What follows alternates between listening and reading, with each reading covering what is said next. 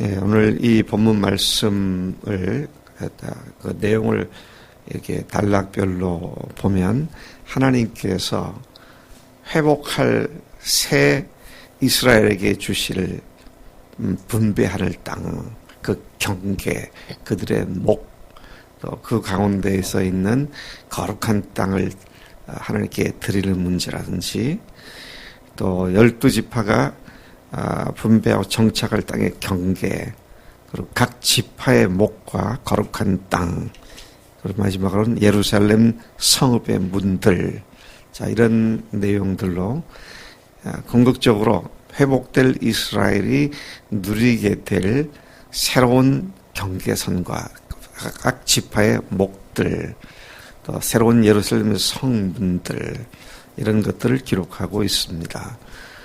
제가 계속 말씀드리지만 에스겔서에 예언된 것의 1차적 목적은 포로로 잡혀가 있는 이스라엘을 하나님께서 반드시 회복시키시고, 옛 그들의 성전이 있었던 곳에 새 예루살렘 성전을 허락하시고, 그곳을 중심으로 이스라엘이 다시 하나님과 함께 살아가는 그런 땅으로 만드시겠다, 그런 예언의 말씀입니다. 그러나 그 말씀들이 문자 그대로 다 이루어졌고 해석하기는 좀 어려운 부분들이 많이 있습니다만은, 궁극적으로는 창세기부터 하나님께서 계속 약속했던 하나님의 나라가 어떻게 완성되는지, 어떻게 하나님께서 궁극적으로 하나님의 영광이 가득하고 그분의 통치가 이루어지는 나라를 세울 것인지, 그것을 우리가 교회로 이해할 수도 있고요, 새 예루살렘과 새 하늘과 새 땅을 이해할 수도 있습니다만은, 자, 그런 궁극적으로 종말론적으로 하나님께서 어떻게 우리에게, 믿는 자들에게 몫을 주실 것이냐, 하늘나라의 기업을 차지하게 할 것이냐, 그런 내용으로 보아도 틀림이 없습니다. 먼저 17장 우리가 읽진 않았습니다. 13절부터 쭉 마지막 절까지 보면 약속의 땅에 대한 이야기가 나옵니다. 좀 전에 말씀드린 것처럼 하나님의 나라는 하나님께서 인류가 범죄할 것을 아시고 미리 하나님께서 구원하셔서 하나님의 통치를 받는 자녀들로 구성되는 세상이 되기 위하여 창세전부터 미리 예비하신 영원하고 온전한 나라입니다. 출애굽기 모세오경 중에 두 번째 책이죠.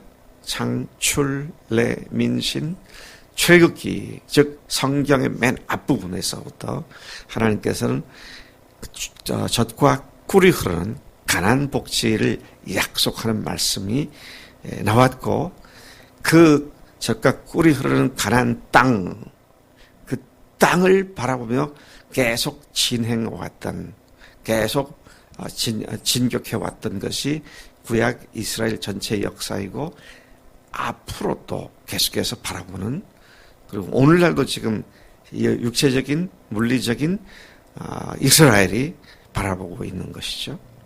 그래서 그들은 계속 땅을 바라보고 갔는데, 이게 뭘 얘기합니까? 하나님의 나라를 처음부터 하나님께서는 약속하시고 우리로 하여금 하나님의 나라를 소망 삼아 계속 달려가게 하는 그런 행보를 가게 하는 것을 의미하는 것이라고 이해가 됩니다. 그들을 그 땅에서 인도하여, 그 땅으로 인도하여 광대하고 아름다운 땅, 젖과 꿀이 흐르는 땅으로 데려가겠다, 하나님께서 그렇게 말씀하셨죠. 근데 그 하나님의 나라에 들어감에 있어서의 특징적인 것 하나는 공평하다는 겁니다. 그 땅에서 누리게 되는 사람들에게 하나님께서는 공평하게 그 복을 누릴 수 있도록 하신다, 그런 말씀이죠.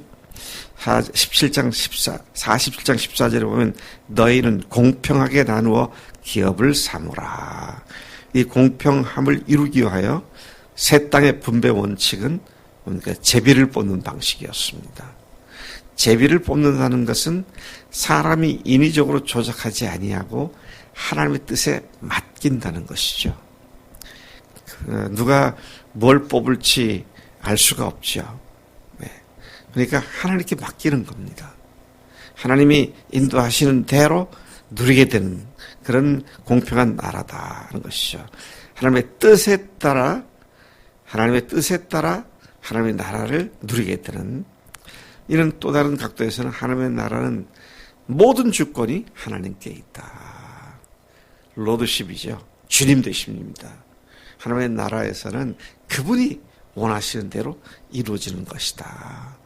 그래서 우리가 정말 눈을 부릅뜨고 내 뜻대로 사는지, 주님의 뜻을 헤아려 주님께 순종하며 사는지, 바로 그 순종하는 자리가 하나님의 나라이기도 합니다.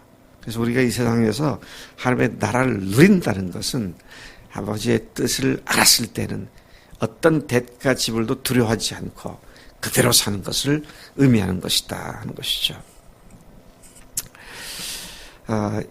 그 다음에 이 본문 말씀에 보면 이방인과 함께 거하는 땅인 것을 보게 됩니다. 22절 7장 22절 23절에 보면 너희 가운데 거류하는 타국인 곧 너희 가운데서 자녀를 낳은 자를 본토에서 난 이스라엘 족속으로 여겨서 그들도 이스라엘 지파 중에서 너희와 함께 기업을 얻게 하라고 그렇게 말씀하십니다. 이것은 새 언약 곧 신약 시대에 사는 자들은 유대인이나 이방인이나 하나로 통일된 백성임을 의미하는 것으로 해석될 수 있습니다. 구원이 모든 만민들에게 허락되는 것임을 예고한 말씀입니다. 그래서 우리가 에베소서에 보면 이방인이나 헬라인이다 다 그러지 않아서 하나가 되었고 통일되었다. 그렇게 말씀하는 것을 보게 됩니다. 48장을 보면 거기에 1절부터 22절까지는 각 지파의 목과 거룩한 땅이 48장에 나오는데 1절부터 22절까지는 북쪽 지역을 자리 잡게 되는 지파들, 7지파들의 그 경계선과 위치가 나옵니다. 그리고 23절부터 29절은 나머지 5지파들의 몫의 경계선에 대한 예언의 말씀이 나오죠. 그런데 여기에 좀 특이한 것은 가나안 땅을 정복할 때에는 레위 지파에게 대한 땅을 안 줬습니다. 여기는 레위 지파에게도 땅을 주고 요셉 지파는 그 자식들 둘에게 나눠줬는데 여기에서는 요셉 지파 하나로 묶어서 주는 모습을 보게 됩니다. 특별히 저는 10절부터 11절까지를 주목해 보았습니다. 이 드리는 거룩한 땅 이렇게 나오죠. 그 하나님의 나라에서도 특별히 하나님께 구분되어 드리는 땅이 있구나. 거룩한 땅, 거룩하다 말은 구별되다, 구분되다 그런 뜻이 있죠. 그래서 이 드리는 거룩한 땅은 제사장에게 돌릴지니라. 그 중앙에 여호와의 성소가 있게 하고 제사장에게 돌리는 땅은 그 가운데에 성소가 있게 해라. 그리고 11절에 이 땅을 사독의 자손 중에서 거룩하게 구별한 제사장들에게 돌릴지어다. 그들은 레위 사람들과 똑같이 하지 않고 그들이 잘못됐을 때 그들이 바르게 살았다. 그래서 사독의 자손 중에서 거룩한 그 제사장들에게 이 땅을 주어라. 그랬습니다. 하나님의 영광을 위해 중앙과 중심부를 구별하여 내 삶의 중심부에 하나님의 성소가 있게 하는 그리스도의 삶, 하나님 나라 백성들의 삶을 의미한다고 생각되어집니다. 또 그 가장 가까운 것을 제사장의 몫으로 구별하는 일에 최선을 다하라고 말씀하시죠. 하나님을 위하여 거룩하게 구별된 삶을 통해 함께 복을 나누는 그리스도의 삶을 의미하는 것으로 이해됩니다. 그래서 여러분, 우리가 주님께서 하신 말씀, 또 바울이 한 말씀들을 볼 것 같으면 우리의 삶의 모든 중심은 하나님이시잖아요. 아예 내가 나를 위해 살았던 삶은 죽어버렸고 이제는 주님을 위해 사는 삶으로 완전히 바뀐 자가 되었다. 삶의 중심과 중앙에 하나님이 통치하고 다스리시는 그러한 하나님 나라를 우리 여기서 다시 한번 생각하게 됩니다. 자, 그 다음에 30절부터 35절까지에는 예루살렘 성읍이 나오고요. 그 성읍 동서남북으로 들어가는 드나드는 출입문이 3개씩 12개의 문이 있습니다. 그래서 여기 12개 문에 12지파의 이름이 다 붙어 있고요. 아마 12지파들이 이 문을 통해서 들어가라고 그렇게 주었는지 모르겠습니다만은 우리가 주님 앞에 언제든지 나갈 수 있고 언제든지 주님 앞에서 출입할 수 있는 그런 의미를 또한 여기서 생각할 수 있습니다. 에스겔은 예루살렘이 장차 여호와 삼마라는 이름을 갖게 될 것이라고 예언하면서 에스겔서를 끝마치고 있습니다. 여호와 삼마란 여호와께서 거기 계시다 그런 뜻이죠. 다시 말하면 뭡니까? 여호와 하나님이 임마누엘 하나님이다 그런 말씀이죠. 하나님이 거기 계시다. 우리와 함께 하시는 하나님 임마누엘 하나님. 예수님을 탄생할 것을 고지 예지했던 예고했던 그 누구죠? 천사가 아들을 낳으리니 그 이름을 임마누엘이라 하리라. 이스라엘이 아합 왕 때에 패망 직전에 갔을 때에 완전히 멸망당하기 직전에 이르렀을 때 하나님께서 이사야를 통해서 보라 처녀가 잉태하여 아들을 낳으리니 그 이름을 임마누엘이라 하리라. 망하는 가운데서도 하나님이 함께 하시니 걱정하지 말아라. 그렇게 말씀을 하신 것이 임마누엘이 나오는 이사야 7장 14절 말씀인데 오늘 이 성전을 일컬어 여호와 삼마 임마누엘 하나님 함께 하시는 그곳이라고 말씀하고 있죠.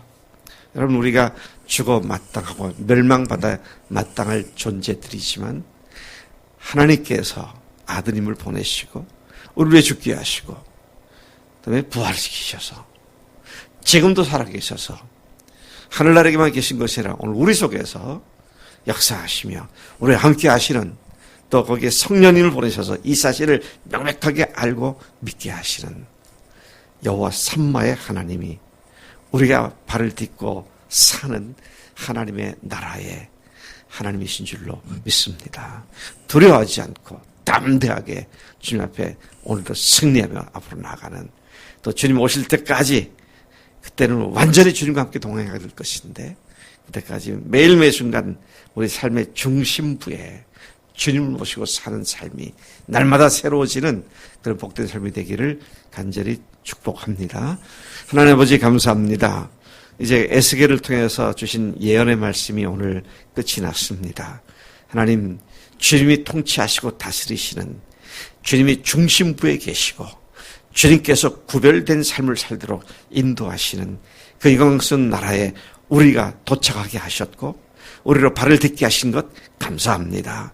하나님 우리가 한순간도 주님이 아닌 내 생각으로 세상 쫓아 살지 않게 하시고 주님을 중심으로 모시고 주님이 중심부에 계셔서 그분이 통치하시는 대로 주님께서 인도하시는 대로 매일 주님 앞에 순종하며 승리를 구가하는 우리의 삶이 되도록 인도하시는 줄로 믿습니다. 주님의 영광스러운 나라에 임할 때까지 하나님 우리가 이 믿음으로 굳게 지켜나가도록 성령님께서 우리와 함께 하실 줄로 믿습니다. 감사하고 예수님의 이름으로 기도를 쌉나이다. 아멘.